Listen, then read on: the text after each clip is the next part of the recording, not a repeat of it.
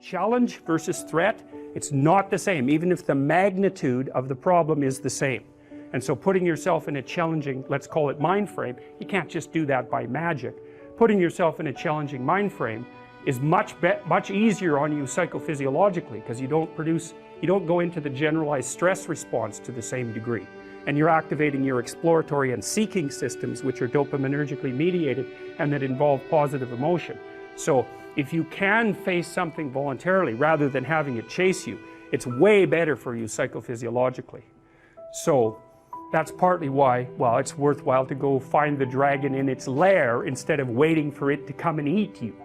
So, and especially when you also add the idea that if you go find the dragon in its lair, you might find it when it's a baby instead of a full-fledged bloody monster that is definitely going to take you down. And so that's part of the reason why, well, there's a whole bunch of things that emerge out of that observation, like don't avoid small problems that you know are there. Face them, because they'll grow into big problems all by themselves. And you can think about, imagine the tax department sends you a notification. You owe them like $300. Well, it's you know, that's annoying. Maybe you don't even want to open the letter. Or maybe if you do, you just put it on the shelf. But that damn thing doesn't just sit there like a piece of paper on the shelf, right? You ignore that for 5 or 6 years, it's going to become attached to all sorts of horrible things. And if you ignore it long enough, you get the idea. It's going to turn into something that is completely unlike the little piece of paper that it's written on. And many problems in life are like that. You'll see that they pop their ugly little head up, and you know, and you might want to turn away. You might not want to think about it, which is the easiest way of turning away, right? You just don't attend to it. It's not like you repress it or anything like that. You just fail to attend to it. And that's a really, as a long-term strategy, it's dismal. It's also something I think that's more characteristic of people who are high in neuroticism and high in agreeableness, because agreeable people don't like conflict. And people who are high in neuroticism, who are high in negative emotion, are hit harder per unit of uncertainty or threat. And so, you know, and that's partly why in psychotherapy, a lot of times the people you see need assertiveness training, so that would be the opposite of agreeableness, or they need to help get their anxiety and emotional pain under control. Those are not the only reasons. There's antisocial behavior, but you can't fix that in therapy in all likelihood. There's alcoholism. There's lots of other reasons, but those are two major reasons. I bought this cottage up north in northern Canada, and it's very dark up there. And you can go onto the dock at night, and it's dark enough so you can see the Milky Way, you know, and it has to be pretty dark before you can see the Milky Way. And it's very impressive. You know what that's like if you've been out to see the night sky, or maybe you feel the same way when you see the Grand Canyon, or a remarkable waterfall, or some particularly beautiful scene, or perhaps you feel that way in a cathedral, or more likely you feel that way when you're listening to music that really grips you, right?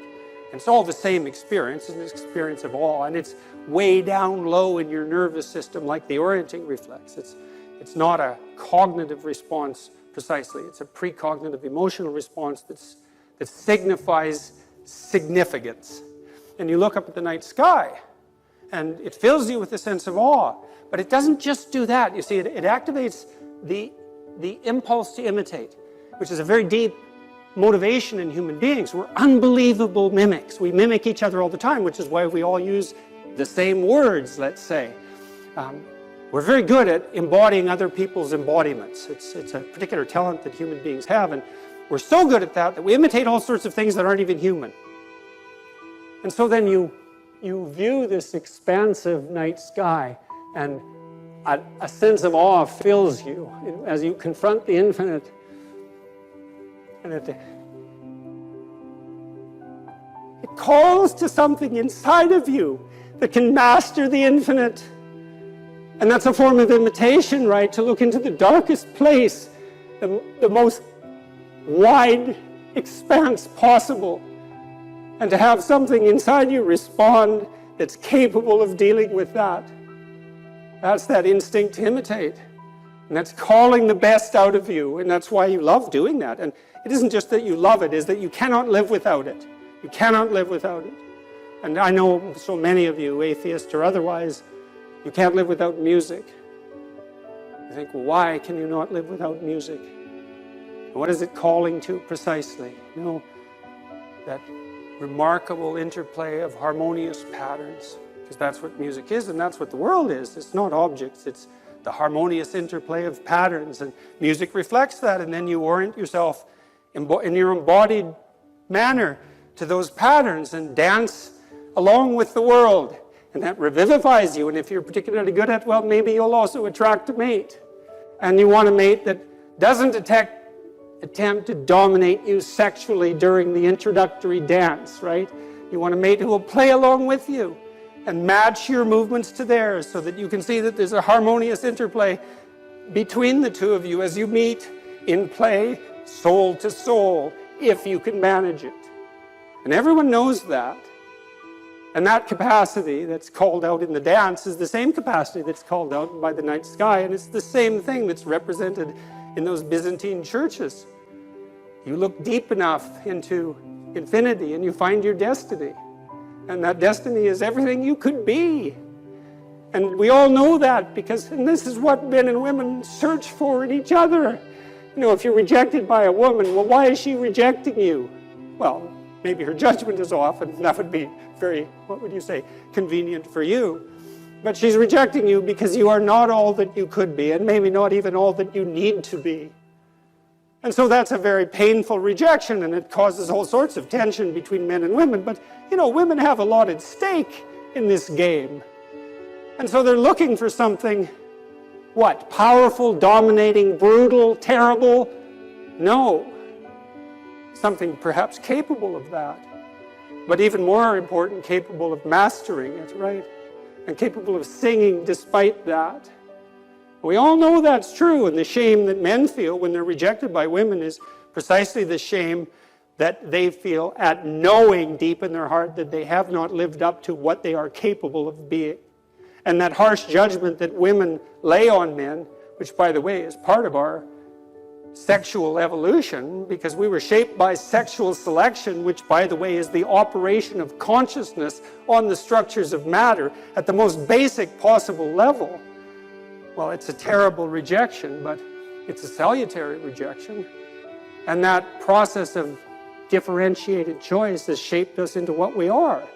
That action of consciousness, wanting the best from a potential partner, and selecting, at least in part, on that basis.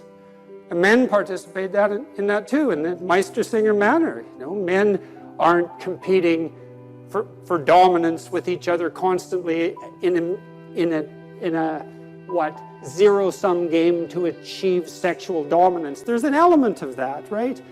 Because some things are a zero-sum game, but men are perfectly capable, and more than willing, in fact, to aggregate themselves into skilled groups and to celebrate the elevation of the most skilled above all else.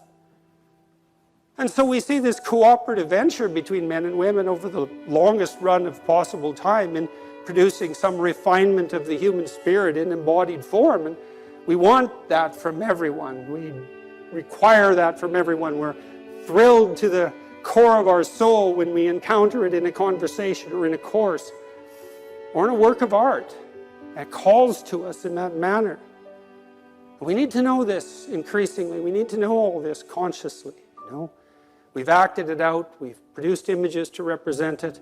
It tugs at our heartstrings. It manifests itself in our dreams and our works of art, our literary works. It's all lurking there in some sense, and it's not the satanic power of corrupt oppression, not fundamentally. That's a far weaker force than that which can overcome it.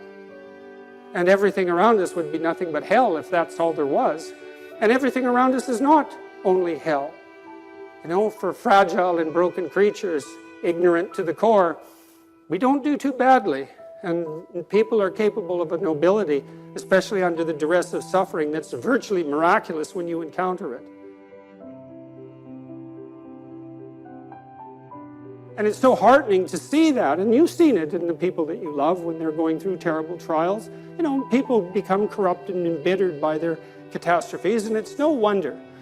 But certainly in the main, that's not the fundamental human response. The fundamental human response is keep calm and carry on, you know, and good on you for that. And so, well, to sum up, let's say, We solve the power of perception with the divine word. That's how it is. And what does that mean? Well, it means truth. Every word a prayer, right?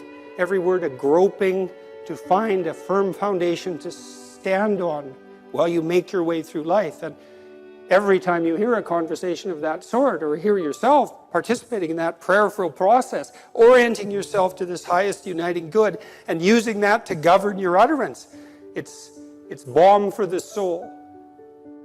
Yeah, it's love that guides that, and love is the desire to work for the betterment of all things. And that's the proper orienting response, we could say. And it's truth nested inside of that. And that's how it is. And that's how it should be. And that's how it may forever be.